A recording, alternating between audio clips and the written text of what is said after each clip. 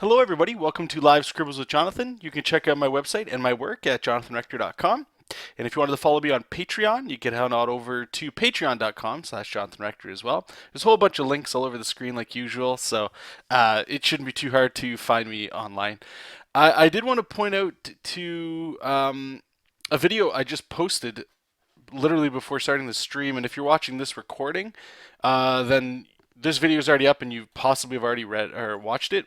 And I'm just going to flash it on real quick here. It's addressing this. It's a piece of software where you can put in colors basically and experiment with color here before you bring it in to actually color your piece.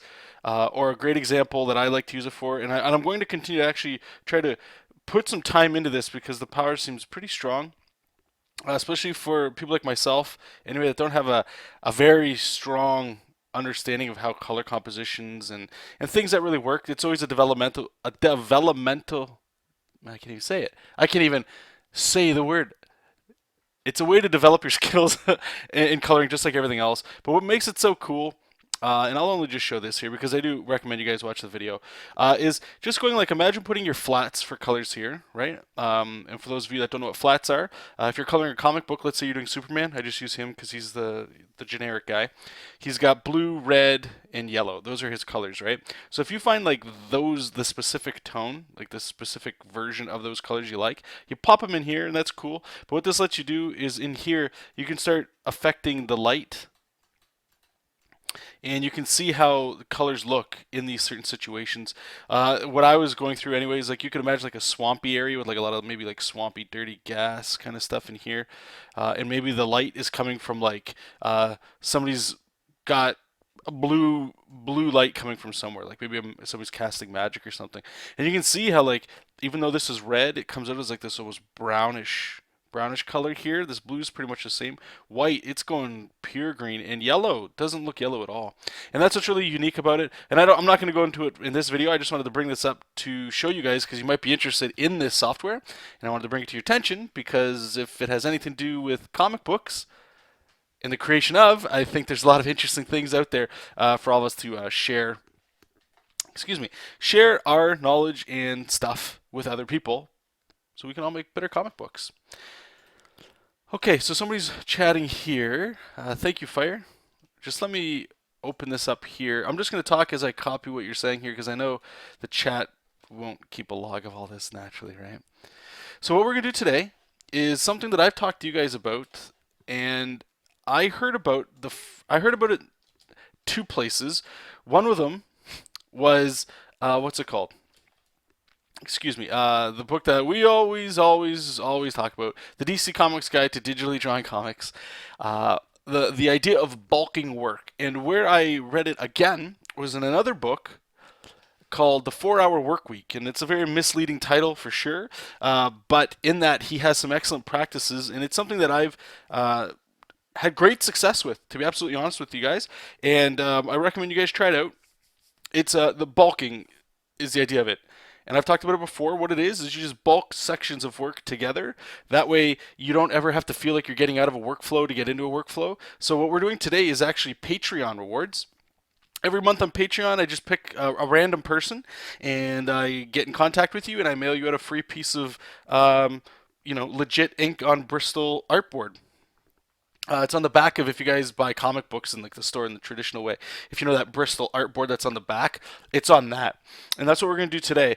But I'm doing the roughs. So what I'm talking about with bulking is you're going to see we're going to go through six very rough ideas of what they are, and then I'm going to go into the roughs version of them. And from here, I'm going to print them out. You guys won't get to see this stuff or anything, but I'll be printing this out and lightboxing it on my Huion, what is it called? I always get the name of this one mixed up too. The LED light pad that Huion has as well. And it's a pretty cool thing. So hopefully you can kind of see the point of it, as opposed to just going here and going like this with this image, right? This one, which one drawing. So we would start, and we're drawing and we're doing all this stuff, our roughs, and then we would tighten it up, and then we'd save it and move on to the next one. What I find for myself personally, not everybody's going to be like this, but what I find for myself is it's a different sort of thought, right? Like there's the energy and the idea that you try to capture, and then there's building the anatomy and structural things on top of it, right? And that, for me anyway, usually requires a different part of my brain, and always jumping from stage to stage it takes more out of me, and I don't know why. I just found that out about myself when I draw comics. So I even do pages the same as well. So we're gonna get into it. So we can get some drawing here. Let's make sure that I'm checking up on you guys as well.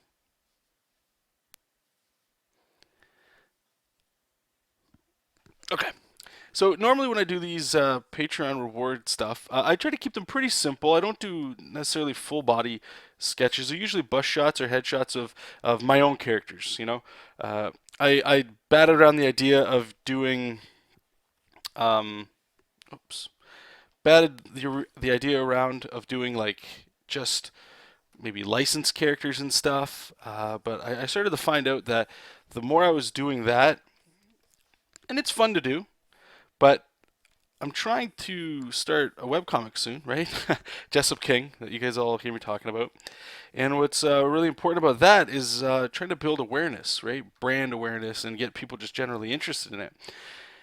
And the only way I figured out I'll be able to do that is by just drawing these characters all the time and just posting them everywhere in opportunities that I can. And it's hard trying to like, for me anyway, and I think anybody trying to make a living necessarily on your own characters, let alone just doing your own stuff. And what's really tricky about that is because like I think most of us, when you get to a certain point, and hopefully you guys are close to that. If not, it's a dream that you might be able to get to, like selling your own art, or selling things that you draw. And uh, definitely, posting images of like Spider-Man and stuff and selling Spider-Man pictures. I've got a Deadpool picture I'm selling right now on eBay, right? Uh, there's a business cap that you kind of put on, right? But ideally, it's I'm not necessarily just trying to do those like other characters just because they'll sell. We'll say, right? You hope, or at least it's my hope, that people are enjoying not just the character but my style, and they somehow stumble upon this stuff and get interested in it, interested enough that they'll come in and they'll start asking, like, let's see some more stuff, and the stuff that they start to see is your own. This way you can start, that's sort of like how you start building your own thing, right? You start getting that going. So that's the intent. I figured this would be a perfect opportunity since nobody's necessarily paying for this stuff. They're just sort of it's just a little thank you to the people that are already able to help support the stuff that I'm doing, right? And to be super grateful for that is one thing, but just finding a way that I can actually like reward people in a way that I hope that they would dig would is great. And I think this is an excellent opportunity for that, right? Because people are coming to you for your own thing. So anyway, that's getting into a whole other thing. Let's talk about a little bit of process here. So as you can see here again, we're just working on Jessup King stuff. Right now we're just going to do a little Momo sketch here. And this is how I would normally do everything. It's all stuff that's, maybe she's summoning some magic up here. Very rough sketches, very, I don't want to call them dumb, but there's no line weight or anything. I've started to make the switch to doing my roughs with like the dead pixel brush without the nice pen pressure, because I found if I was using the pen pressure brush, I would noodle a little bit more. And if I'm noodling more, it's taking more time and it's trying to be more efficient, because as we build in this workflow here, it just works much better just to be kind of quick with this sort of stuff. Thank you, Todd. Thank you for coming in, bud. Momo reminds you of Space Dandy. I still haven't decided if she's going to be a space squid or a space octopus. I think squids don't have tentacles, right? Or do they? I'll have to look into that. Or you guys can let me know. Because she doesn't have tentacles or anything. Alright, so let's get some, maybe, I'm going to do like a real close-up. And a lot of these sketches I try, as well. I just want them to be quick and fun for me. And I don't want to spend a lot of time. They're not commissions, right? And I want to keep a lot of that passion and energy for like pages and stuff. But I also don't want to just give garbage away, Like I think it's cool just to receive. I don't know if you guys have ever had a chance to receive legit art from somebody in the mail, or if you've given art. It's a whole different thing, man. It's a really cool feeling, especially when you hear back from the people saying they enjoy it or they're looking at it. Or the highest praise I ever got, I had this from, I believe, one person for sure. I think there was a second, and they took a picture, and this was when I was working on a standard of a piece of art that I had sent them I think they backed a Kickstarter or something, and they put it on their wall like right in front of their drawing desk, and that's huge. You know, for me, it just feels, I don't know, it's a good feeling. It's a good feeling to have obviously people enjoy what you do, but to have people go to the level of like, for myself too, right? Like I've got a few pieces of art around me. I should actually do more, but I have a few pieces around me of Greg Capullo's work, you know, and I look at it and it's nice to have around me and just have that feeling of other people's art or other people putting your own art up. That's I don't know. There's something very humbling about that. Squids have six tentacles. Octopus have eight. Okay, so she's got six tentacles. Do they both have the suckers on them? That part I'm not sure. I want to try doing one here. Maybe we can have a little more of an action shot here. Maybe we can kind of look up like they're charging into battle.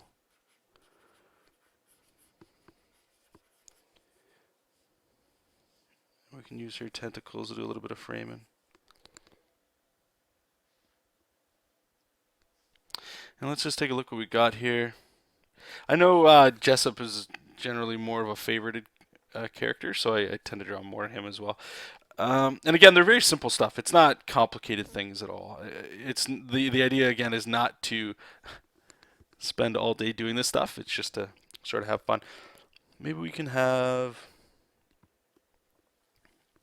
Let's do one that's like his full body. That'd be kind of fun.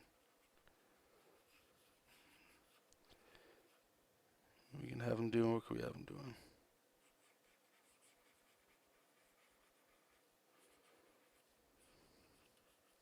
I don't know what he's doing down there.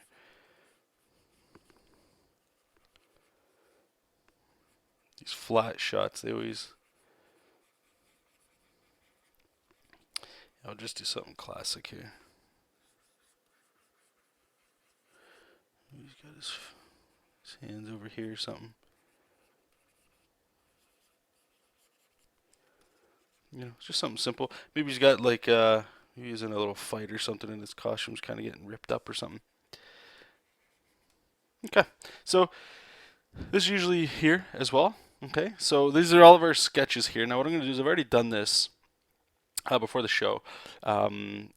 So I made all the months that these will be running for.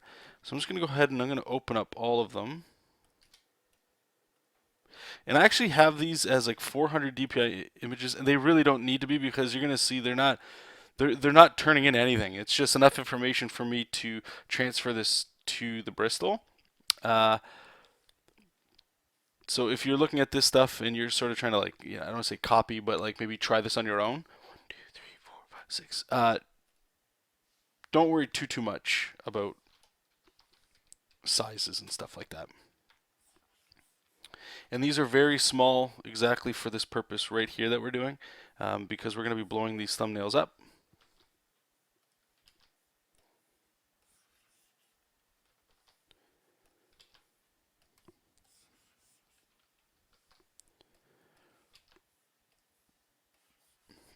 And I should say as well, I haven't really, sorry, talked too much about exactly what's going on with this stuff. I've been sharing it on Patreon, but it's looking to have Jessup King. I'm pushing very hard to have it launch. Like I'll start making noise about it in April. But I'll be sharing all of the pages before I do the launch on Patreon first in March. And that's actually, it's going pretty good. Pretty good. I'm starting to get into the rhythm of it.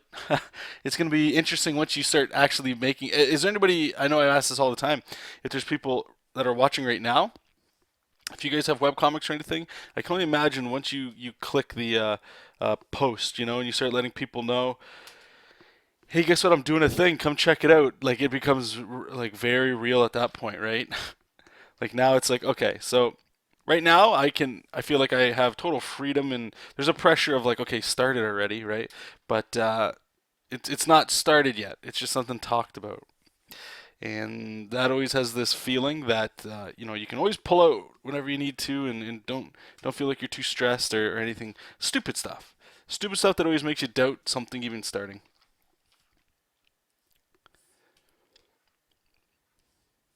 You can see I'm being, these are just, it looks like they're drawn with a Sharpie. That's the idea here. Nothing fancy. We don't need fancy art here. Um, Fancy art just complicates what we're doing for this. And it's pretty counterintuitive. So hopefully you can see right away what the bulking is doing here to help with all this here. I'm able to knock out a few sketches like this. We're going to save it. I'm actually going to close these and we're going to go through them one by one again. But from here, just going to run the action there. And we're just going to do the exact same thing with the gross brush. Now this one I might do one or two passes. I just need to get enough information here to take it to the next stage, which is actually like inking and all that fun stuff like that, right? Oh, sorry, I should say, and this always skips my mind. Please, guys, if you guys do have any questions about anything, please ask in the chat, in capitals if you can. That way I can see it while I'm rambling, and I'll do my best to help you out. Fire's asking, question, was watching your video process of a cover. How can I get a copy of the pencil setting you used? Do you know? Yeah, I do have, if you are on Patreon, I do have a lot of those brushes I give away if that's what you're looking for. So, it's $1, the minimum if you're interested in that. But, just to, not try to, my way is the best or anything like that, I do recommend, a lot of people have talked about it, if you head on over to Ray Frenden, Frenden, he has a lot of awesome brushes. I bought his brushes as well. Tremendous amount of brushes in there as well. So you definitely check them out. Hey Lars, yeah, it has been a while, man. How you been? Okay, so let's get in here and let's just figure out some of this stuff.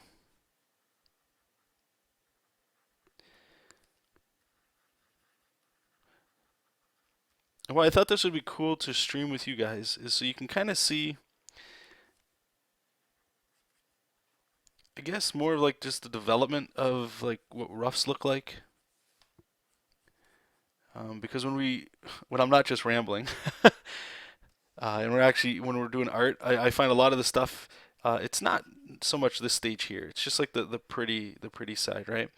And the reason why this is actually very important is because there's an illusion that happens, I find, when we draw, or when we're watching other people draw, when they only show parts of it. Like you're not with artists, while they draw for the 1 to 20 hours it takes to draw something, and there's a little bit of it's not clear exactly all the steps that are going through. Like, how did you go from here to here, right? Like, and this is a great example because it's like, well, how did you get from that to, what does your roughs look like? How do you just go from tight line art to rough to tight line art, without actually seeing how that looks? And it helps. It definitely helps, especially if I know some people. I was actually watching a few videos. I've stumbled upon a few new art channels on YouTube, which is great. There's so many people out there, and it's funny. The channels that I've stumbled into, they've got like hundreds of thousands, or you know, under 100,000 views, but still like above 10,000. Like channels that are big, but they haven't popped up in my random feed kind of thing.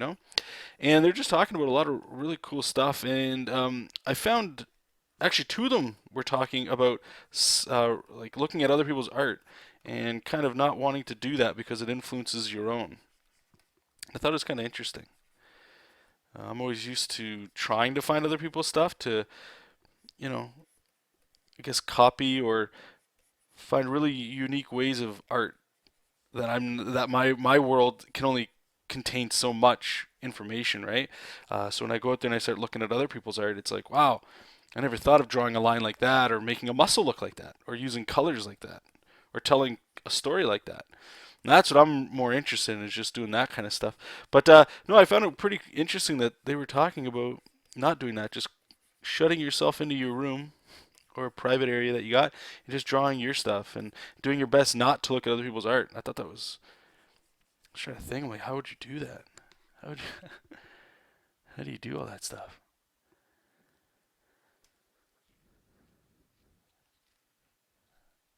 They come from a man and a woman, Matthew.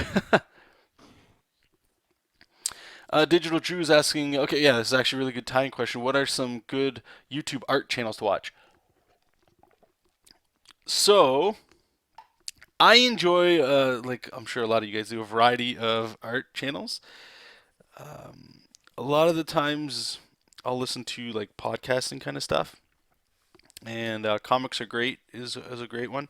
A lot of talking and just sort of like the craft, I suppose, and tools and things like this.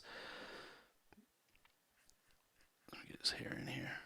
But actual artists that I look forward to, I think a lot of the big ones are like Psychra. I really enjoy his stuff, and I'm going to miss a whole bunch. Psychra. Oh my gosh! Actually, here, give me 1 second. Let me just open up my YouTube over here. Let's run it down a list here. One of the new people I just found, I'm going to say his name wrong, is Ahmed Aldori. Really like his channel as well. Anything really by Jersey Drozd. I feel like I'm just saying names here. Will Terrell, I just recently found a few months back. His stuff's pretty good. Bobby Chu, I listened to his stuff like 5 years ago at least, and I still from time to time go into there now. And he's got a lot of inspirational chit chats and stuff. Really dig that. I'm trying to just go through here and try to see. Fang Zhu, his channel I think is phenomenal. At least one of the top three channels that I regularly try to check out. Keenan Lafferty, I'm sure you guys have heard of him. Wonderful stuff there as well. Wow, I'm actually there's quite a bit that I'm following here. I'm trying to see like if there's anything that really pop out that's Mr. Marzullo. We talk about him as well. My friend Will Robson when he makes videos from time to time. But yeah, maybe I just need to start looking around because I'm just noticing it. It's a lot of like art, like painting and stuff, not really comic book stuff, which is actually kind of interesting. There's he draws manga. I always forget his name as well. Oh man, I'm not gonna remember his name, but he's got a lot. He still makes videos. He still streams mangas, and he uses Manga Studio 4 for his manga that he draws. Apparently, he's a pretty big deal. I think in Japan or wherever he's from there. Okay, so we're gonna have this here, and you can see. I'll just turn this off so you can see. This is the rough, right? And you just saw how it's just building on the forms, and it's still sketchy. It's still all the information I need is here, right? And I can just go ahead and just get in there and draw all the stuff that I need. Mark Criley, is that how you say his name? Is Crilly? I always say his name. Yeah, I watch his stuff as well. I don't really watch it too much, only because uh, it's not that I'm not interested in what he talks about. He does have an excellent channel. He's got tons of followers, but it's not. I don't know. Um, I feel like I need to be polite for some reason. I'm not trying to attack anybody. Everybody's right entitled to their own thing. But I think I just wish that there was more comic book related things on here. You know, like Freddie Williams, obviously, he's got stuff that he's posted, but maybe it's just because comics require so much time for us to just be drawing that to make extra content, it's a struggle to do that stuff. So that's probably why. Thanks, Lars.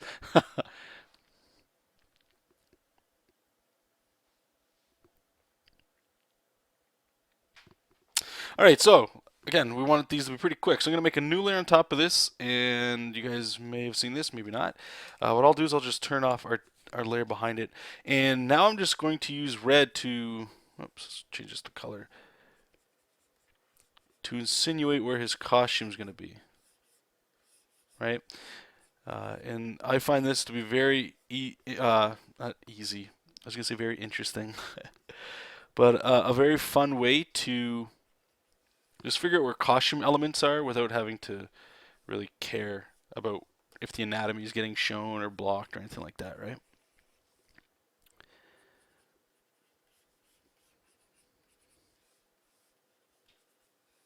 Oh, I've got something absolutely awesome to show you guys. You guys might dig this. Our good friend Colby. If you're in the chat tonight, say hello. I'm going to just open this up in Sketchbook. Oh, Feng Zhu. Feng space Zhu. A lot of concept art and more concept art than illustration. But how he talks, I dig it because it's not necessarily workflow, but what's a good word? What's the word I'm looking for? It's productive efficient, and really business. It's like drawing comics or drawing in general is fun, right? We all get that. But I hope at some point, and this doesn't have to be for everybody or anything, but it is the case for me. Um, you'd like to be able to, or I'd like to be able to make money, if not my living, making comics, right? So if that's the case, then there's certain things that you have to do to treat it as such, and that's why I like hearing people talk about what's it called, like the business side of just production and art and stuff like that. And that's why I recommend listening to like people like Feng Zhu, because what he talks about and stuff, again, even what I just talked about with like what's it called, bulking and stuff, he talks about that as well. Where like in the beginning of your day, okay, this is actually, you know what, I'm going to. This is gonna be with patrons first, obviously. You guys hopefully understand. But then I'm gonna release the videos with you guys as well. But there's going to be like creatures and things in the world of Jessup King, and concept art for me is a part of that. So in order to do that, there's certain not tricks. You can look on concept art all over the place on the internet, and there's certain things that I do that I've learned from people through that, right? And even though it's not comics, it's an excellent way to take that and bring it into your comics. And without finding out or listening to concept artists talk about business and stuff, it's very difficult to you know just learn the stuff on your own. There's no point. You can experiment as you go, but learn from other people as well. So I just want to bring this on here, over here as well. Sorry, and check this out. So I will say, and I'm not being well, I guess this is sort of nitpicky or whatever, but oops, I still got to get used to all this stuff. There's some lines that you guys might notice that are on here, but that's cool. So what this is a Jessup ship, the Sagan 1. For anybody that likes Carl Sagan. No, okay. Anyway, you can get like some pretty dynamic angles, but no, I just want to show this with you guys because I just got this today. It's an awesome thing to come home from work from and go, yeah, like I can't wait to get in there and just be able to start mucking around with this stuff. So, thank you again, Colby, for that. I really do appreciate it. Or Pillowhead in the chat, as we like to talk. Oh, it looked like the stream died. Sorry, guys. Did you guys? Hopefully, you guys were able to see that. Oh no, what I was talking about, pillow there, nitpick. No, it's nothing. Like if there's some line, like I think they're vertices, like the face. There'll be lines that show up there. But like, don't even worry about it. It's cool. I can just erase it with white. It's not something that's like, oh, it's broke. Were you guys not able to see the model that I showed?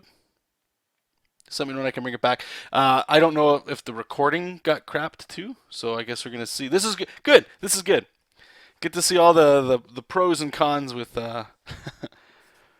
streaming through YouTube. This is good.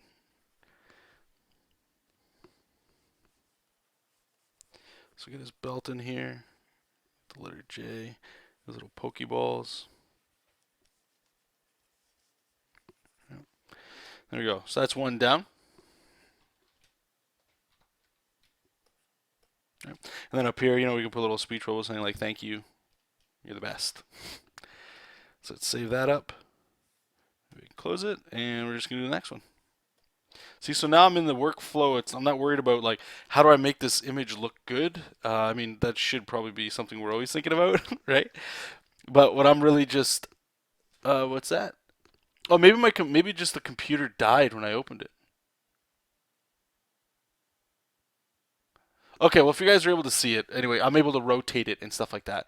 So hopefully it wasn't like a total crapshoot. Yeah. So like I was saying, really quickly there, what's cool about this, right? Like it's done. All I need to do is focus on making this look good as it is. I don't have to worry about like, okay, is this the most dynamic pose and all that stuff? We don't have to worry about that anymore because we already figured this out. Let's get a big fat eraser too. So I want to make sure that he's got the big chin.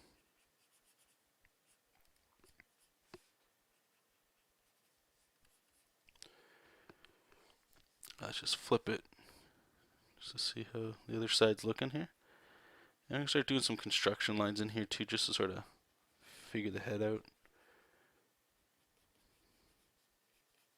And I made a little note here to say this, and I didn't say it at the top, but thank you everybody that replied to me. I asked some people, or just put a little call out on social media there of people that have made their own comic book stuff or whatever, but have looked into fonts, right?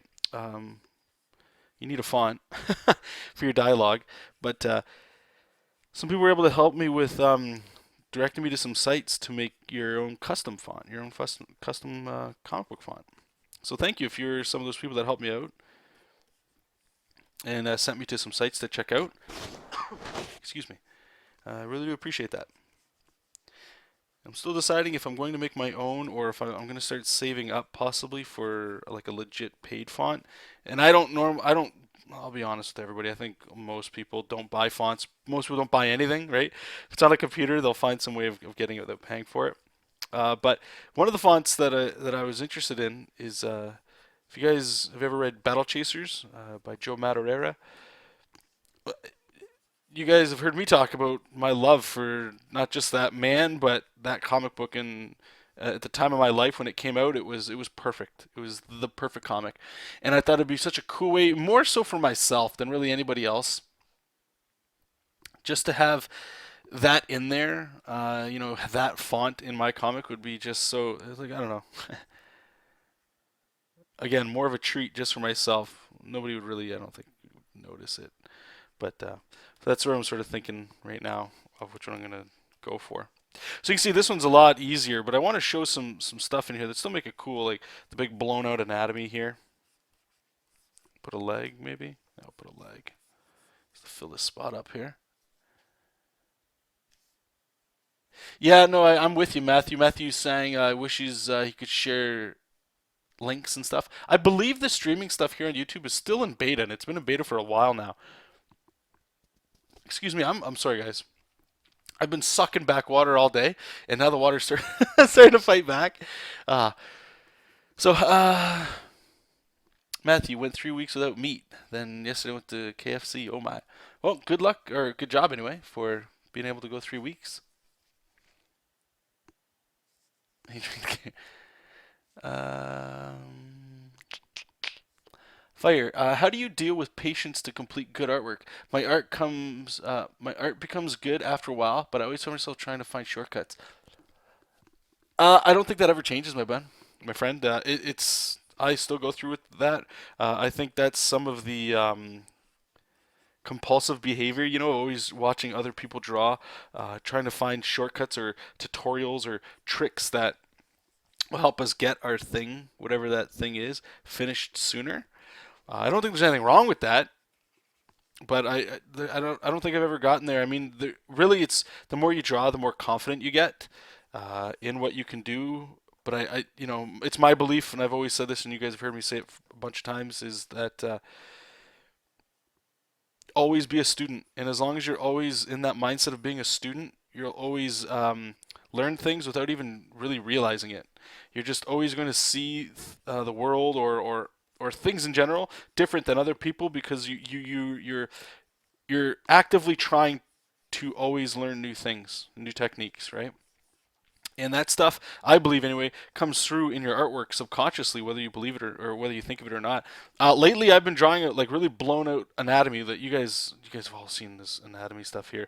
But my studies, I was doing studies of Capcom artists, another thing that I really love, and I started noticing that I was drawing things a little different from like right in here. I'll actually show you. You guys might not be able to see it, but bicep goes in here, triceps back here, and you got your forearm muscles coming in here, right? But your shoulders coming in here. Adding this little line right here, just that line. What this does is if I were to shade that black, let's just say, it makes the skin look like it sinks in, so the bicep pops out and the tricep pops out, but then in between it dips down. It's such a very subtle thing, but I love the way it looks, and that's what I'm talking about, is just that sort of stuff right there, right? As for the patience part, I think you're going to just learn to find a workflow, and I say try find a workflow to work in, and I recommend everybody try this as well because if there's one thing that digital and just the information age that we're in, one thing that definitely sucks is there's always somebody coming out with, myself included, making videos and stuff and talking about, oh, check out, like these websites and these programs.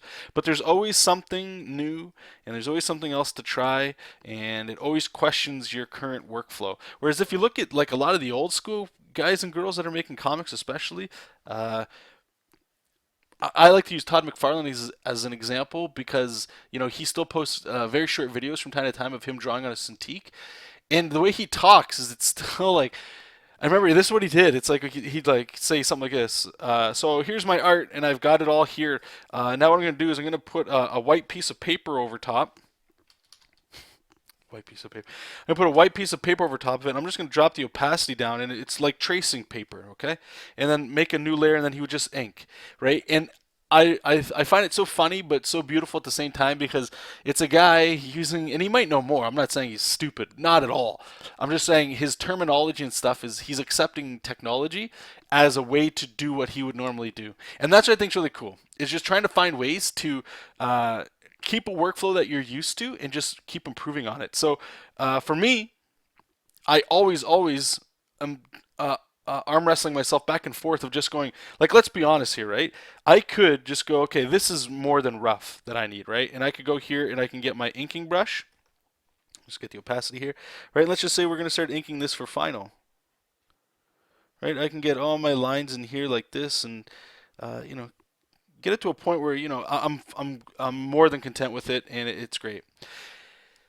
But the thing that I always fight with is it's that faster, and this is arguable between anybody, right? Or is it like this, the Freddy method sort of thing that we've been doing, right? Where it's you get your 3 pixel brush and you go in there and you get all your line art, and then you make a contour, a thick contour line around everything afterwards. Then you ink it, right? Who knows? And for me, the workflow I've been trying to do is just I'm always I'm always fighting this because I want to stick with this for at least 6 months. And it might seem like I've been doing this longer than 6 months, but that's because I would jump between workflows, right? But I want to stick with it for at least 6 months to see, you know what? How do I like those results? How is the bulking, the workflow, all that stuff? How does that work out? And if I'm noticing that, you know what? As much as I'm like, man, maybe I just want to ink, like ink in a real sense, I'm getting more productive and I'm still hammering at work. So I'll just stick with it. And that's what I'm sort of getting at in a really abstract way is just try to find a workflow that somebody says that that sounds interesting to you. If the workflow I'm talking about sounds interesting, try it and just stick with it for 6 months. I know 6 months sounds like a long time, but think about it. We're talking about the rest of your career here. And you're always going to change it and add and take away, right? But that's what I recommend.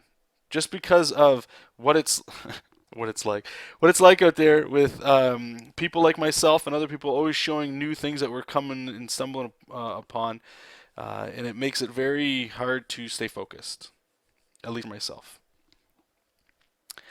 Digital Drew, if you could suggest only a handful of books to a complete beginner to start drawing, what would they be? Lars' book there, I would definitely recommend that. However, the DC Comics book, I wouldn't recommend that. Like, it's a great book to digitally draw what you're seeing, like kind of like how I'm doing it. But if just drawing is your question, like to draw better and just become a better artist, um, my default ones are always anything by Andrew Loomis, anything by George Bridgman, and lastly is Michael Hampton. He has a figure drawing design and invention, the book is called. But there's also one other book that I haven't really talked too much about, and I never really looked at it, but I purchased it from, man, like 10 years ago, and I was on like that high of just buying books, art books, trying to like learn new stuff all the time as much as I could, as much as I could. And it's a book by an artist called Jack Ham, I believe his name is. I think it's like drawing the head and something, I forget. But he has a very simple way, and I've heard people like Greg Capullo talk about it. I'm pretty sure it's him as well. And I never. But what's really cool about that book is that it's not analytical in any way. It's more tied towards actually comic book stuff. To be absolutely honest with you. Hey, welcome, Isaac. I hope that answered your question there, Digital. I do plan on making a video just showing this stuff as or talking about that as well. I know, always making videos, but they never come out right.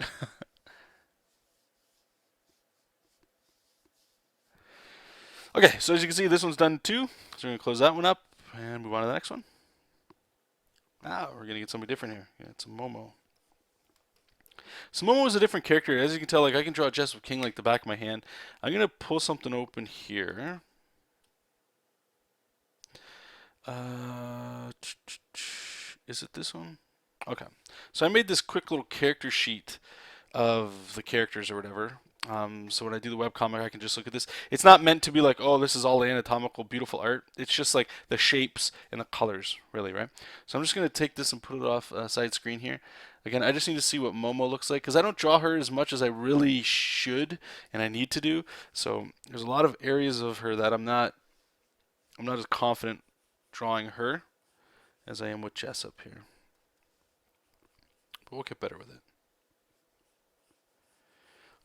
So she's got like a Ninja Turtle shaped head.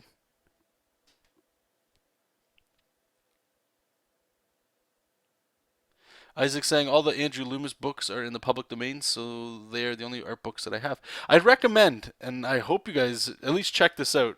It's this mythical place that your parents probably went to at least at some point. You've probably been there at some point. You've probably forgotten about it because there's really no reason to go since the internet exists. But the library, your public library, check it out. You'd be surprised how many anatomy books they have that you can just basically rent out, right?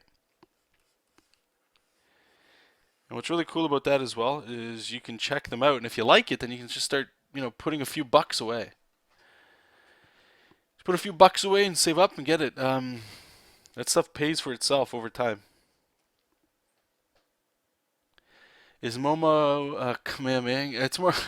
I put that in there, kind of like a Street Fighter, like a Ryu fireball.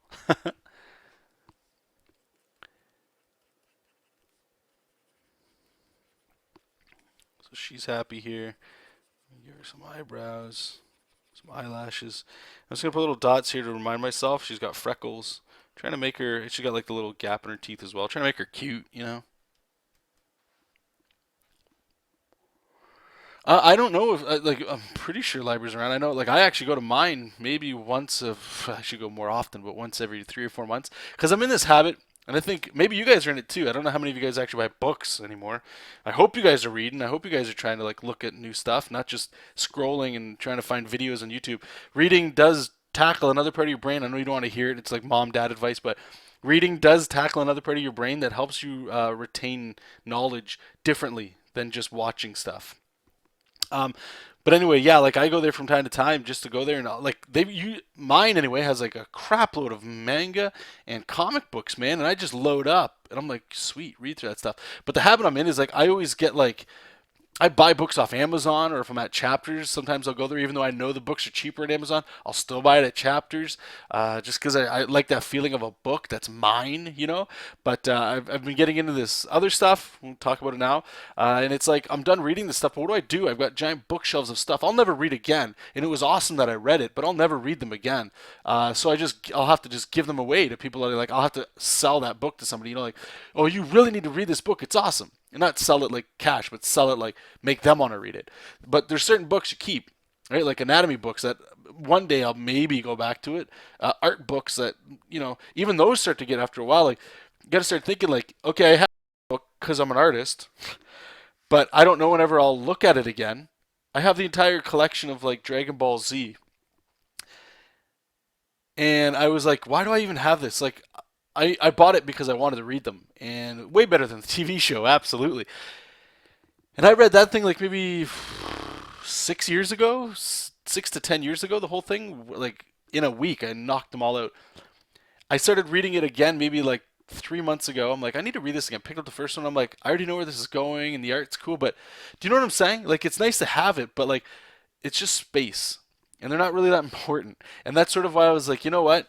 That's why I'm digging libraries. And I know it sounds odd, it sounds weird, right? Because anyway, the way I live anyway is like a lot of things are just like if I want something, you save for it and you get it, right? Try your best to save for it, and if you don't have the money for it, don't put it on a credit card. I don't want to do money advice or nothing right now, but But yeah, it's always like this impulsive. I want something. I need to get it now so that I don't miss out on something, which is actually, it's ridiculous. It's absolutely ridiculous. Especially since we're all on the internet right now, most of us, and we're getting that somehow. Maybe not for free, but like if you live with your parents or something, like I don't know if you're chipping in, but there's so many free things on the internet. What do we got here? One, two, three, four, five, six.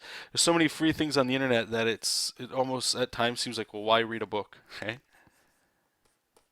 Even though it's actually it's silly.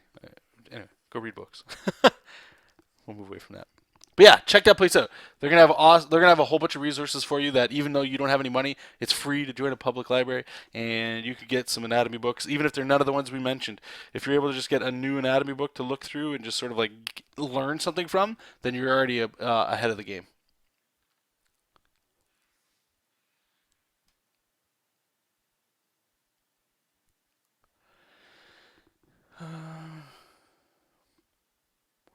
So Matthew's in a different spot here, which is great. He doesn't agree with what I'm saying. He reads Naruto, Lord of the Rings, and guards every year. That's different though. Okay, I want to point that out. A great point. Thank you for bringing that up. Is what's good about that is that it's exactly what you're saying. It's keeping things that you actually that bring you joy. Things that make you that you're actually invested in. What the other thing I was trying to say was like, so you have all these other books around surrounding you that you might not read every year or ever again. Maybe someday, one day. That doesn't count. That's the group I'm talking about. That's the stuff where it's like you go to the library, let's say, and you find it, and you're like, oh, this is really cool. Then you go buy it because you know there's something about it that was passionate to you about. Whereas all these other books, for me anyway, you know how much money I could have saved just going to the library and finding these things by chance, sort of thing. So, hey PJ.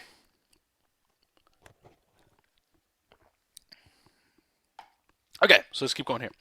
So Momo is pretty much done. Pretty simple design. I'm actually going to draw her hair uh, as part of the costume here. So she's got like this little cap of hair, goes around a little jewel, and then it's sort of like this ponytail business and a crown.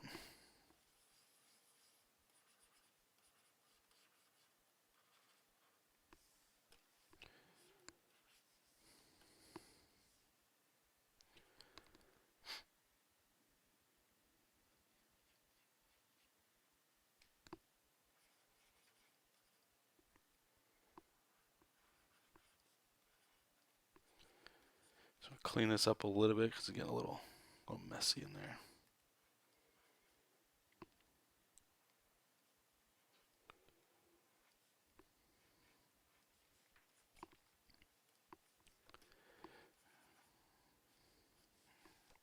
And she's pretty much done. Her costume's not really that exciting, so let's just turn that off. Okay, cool.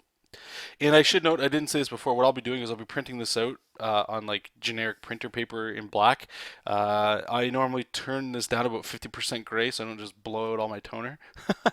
uh, but yeah, I'm not printing this out on like any kind of special printer paper or anything like that. Uh, I don't want to say I recommend certain things because it encourages people to get one thing or the other. But I do have a toner printer and a color printer as well. I was fortunate enough to be able to have both. But the toner printer is exactly for this stuff because it's you can plow through so much more pages in black and white than you can with color with toner, and it just helps, especially if you're like me and you're doing a lot of this sort of stuff, or just like printing documents and stuff like that. I know it's not really art related stuff, but some guys. Oh, and if you wanted, the main reason I bought it too was when I was doing the mini comics. I was like, I'll just print them from home. But it ended up costing more to do that anyway.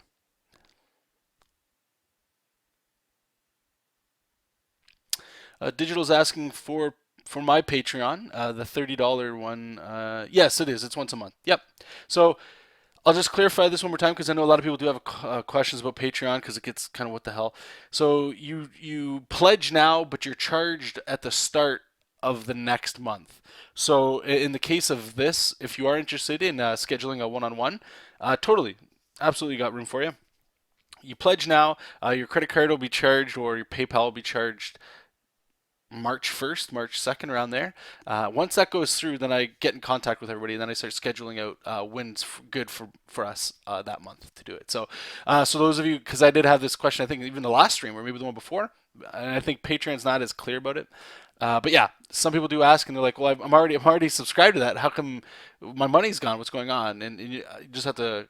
I try anyway. Maybe I need to be a little more diligent on this. Is just sending out that email saying thank you. We can start this up next month once you're actually charged for it. So yeah. Isaac, I have a question. There's a comic book that I want to make professionally once I finish university, and for now, I'm posting it on Webtoon every week. Is that a good idea? I think posting and sharing your work anytime is a good idea. So, yeah, keep doing what you're doing. I just want to there's a comic that I want to make. If that comic is what you want to make professionally, so I guess here's a better question here. What's professionally mean? Do you mean through a publisher? You want to get paid to make that comic? You want that to be your job? Because those are all a little different. They all tackle different things. But regardless, and this is for everybody else, and the actual there's two reasons why I'm really doing Jessup King as a webcomic as well for free. Right? Is one, it's for what you're. Well, maybe that's not what you're saying. I'll wait till you get back to me. But it's to get more people to know about me and my stuff. That's the first reason that I'm doing it.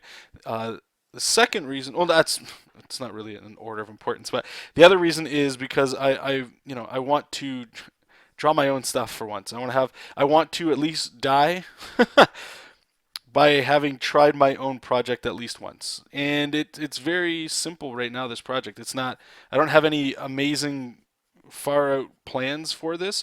I've heard a lot of excellent models that I'm going to try, which go in hand, which is get the webcomic out there, get more people to know about me, about my stuff. Who knows what doors those open, right? You can only imagine that they open good doors. If you try and you work every day and you get better and better, more opportunities tend to show themselves, which is great. So there's that. And as well as what this will do is start getting a body of work of like this project anyway, so that I know Scholastic is something I would like to try, but just bringing this stuff to like a publisher, going like, here's the webcomic. I'd love to change it a bit to format it into like a graphic novel, we'll say. And I've heard a lot of people that have great success doing that.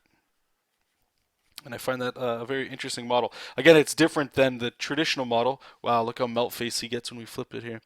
The traditional model of like Marvel DC is the only way to go. But there's been so many great pioneers. I think it's harder, much harder, to do your own thing and make a living off of it. But think about what you're gaining by doing that, and most likely that's why it's worth doing it at all, right? The fact that you could wake up and just draw your own characters when in your own story and all that stuff, very few people get to do that. So that doesn't come easy. That there's going to be a lot of sacrifice in that, a lot of hard work, a lot of hustle, a lot of making it work, right? So it's scary too. I find it to be scary. I don't know about you guys.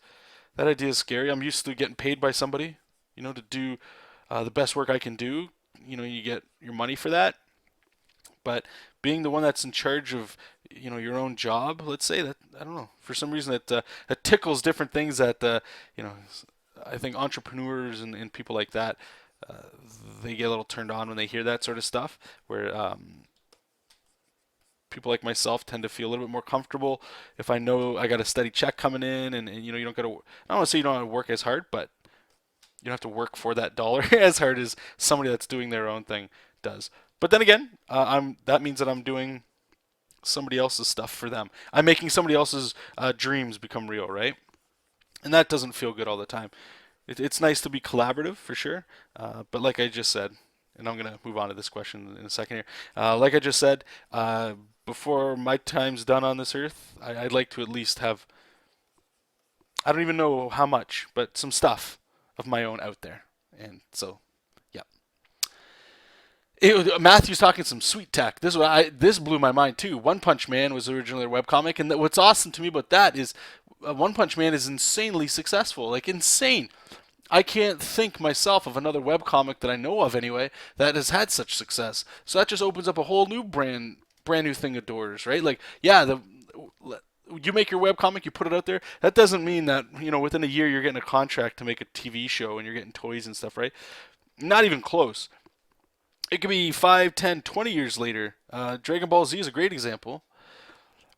Until like maybe it turns into something, but it's worth it if it ever happens. And if you don't even try, then it won't ever. If you don't ever try, it never will happen, 100%. So at least take that 1% chance, and try to do something, as opposed to just give up 99% of the time.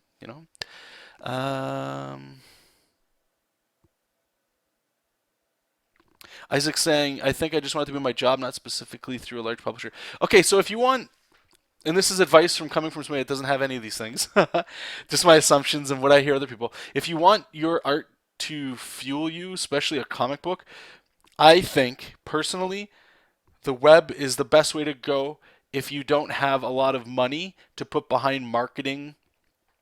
And it's a way to, how you always hear people say, build your portfolio and come work with me.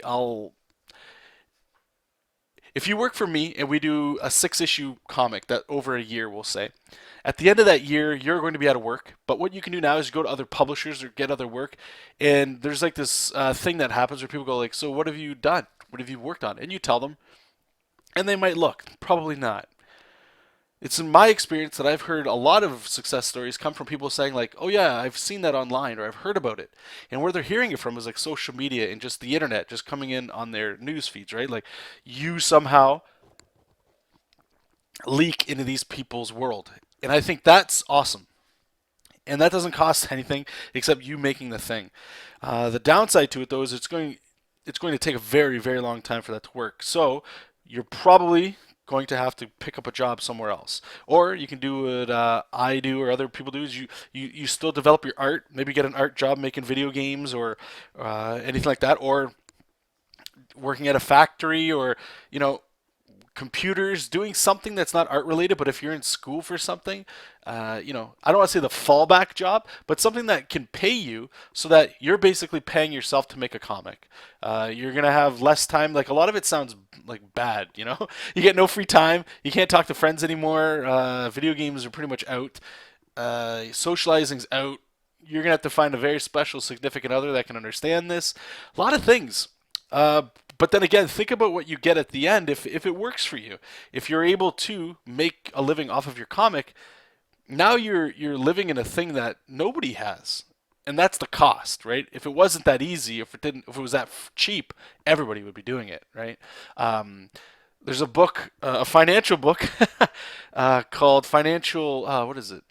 The Total Money Makeover, and it sounds, it's actually really, I don't really like that name. But a gentleman by the name of Dave Ramsey, I don't know, Americans might have heard of him. I stumbled upon him I don't know, maybe 6 months ago, and he's helped me turn money around for myself. I'm not rich, but I'm getting better. And he has this quote, and at first I didn't understand it. I thought it was kind of stupid, but it works in this situation too, is if you live like no one else, later you get to live like no one else.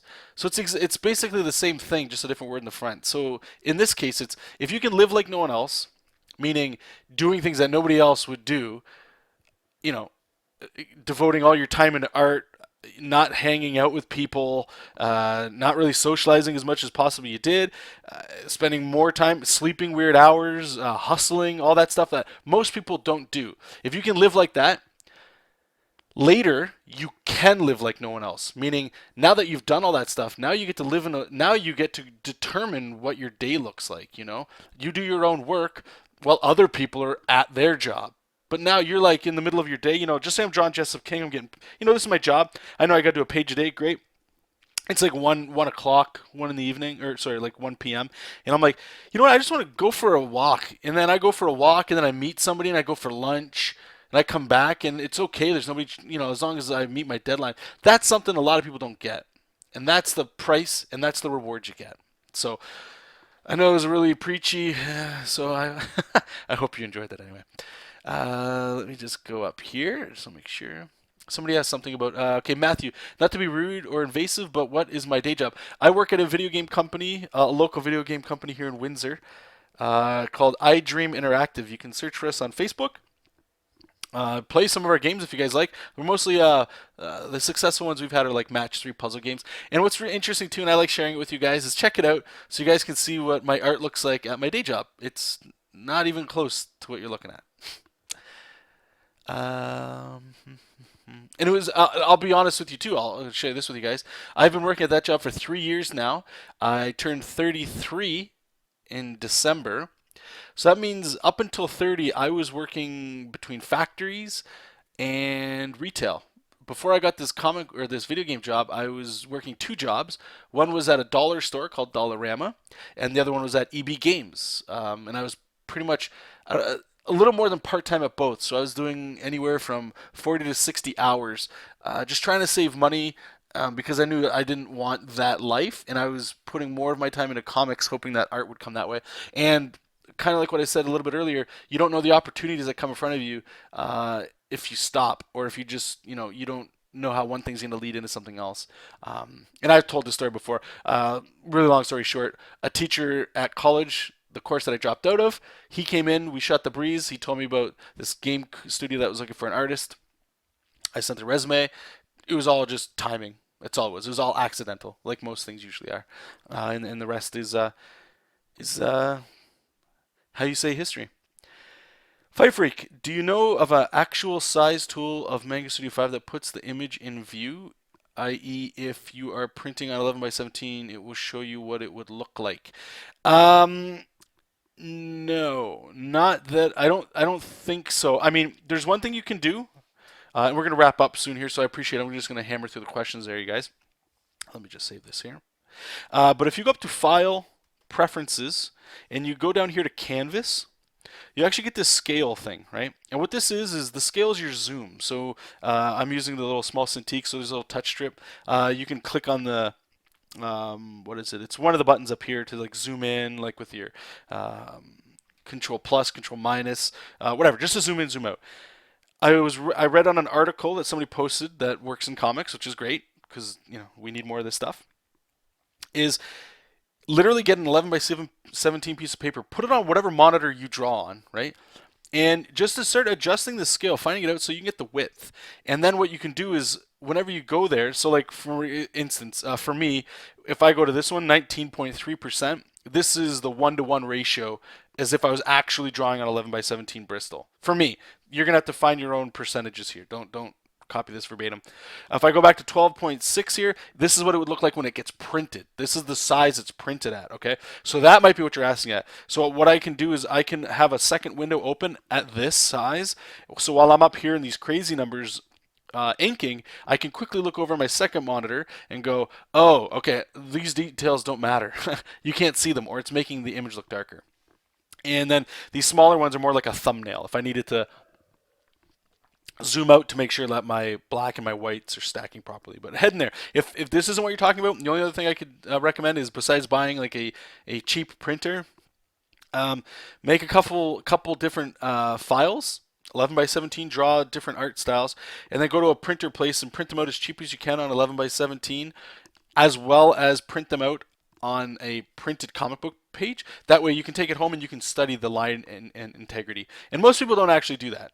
And I recommend everybody do that if you're planning on working in comics, especially if you're doing digital, because there's so many question marks in there as well.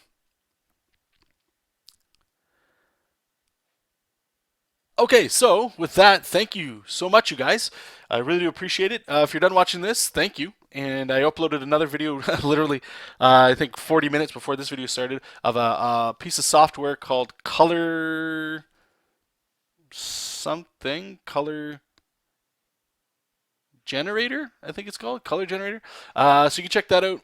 I think it's actually a really impressive tool. Some of you guys might dig that are into coloring and all that stuff like that. And if you came into the show a little bit late, that's cool. This show is every Wednesday from 8 p.m. to 9 p.m. Eastern Standard Time. So go ahead, click subscribe here on YouTube. You get updates and emails for all that content as well, or put it in your calendar if you're like some other people that like to do that as well, and you get a little notification on that. And there's a whole bunch of links on the screen. Please check out my stuff. Check out my Patreon. There might be some fun stuff there that you'd be interested in. Thank you to everybody that is watching the recorded version, and especially if you are one of my patrons, thank you so much from the bottom of my heart. It really is. It does mean a lot. It does mean a lot that people are willing to support me. Just doing what I love to do, which is drawing. So I can't say thank you enough for that. And everybody else, I hope you guys have a good night or good morning wherever you are in the world. And until next time, you guys, keep reading comics, keep making comics, and I'll see you guys very soon. Bye bye.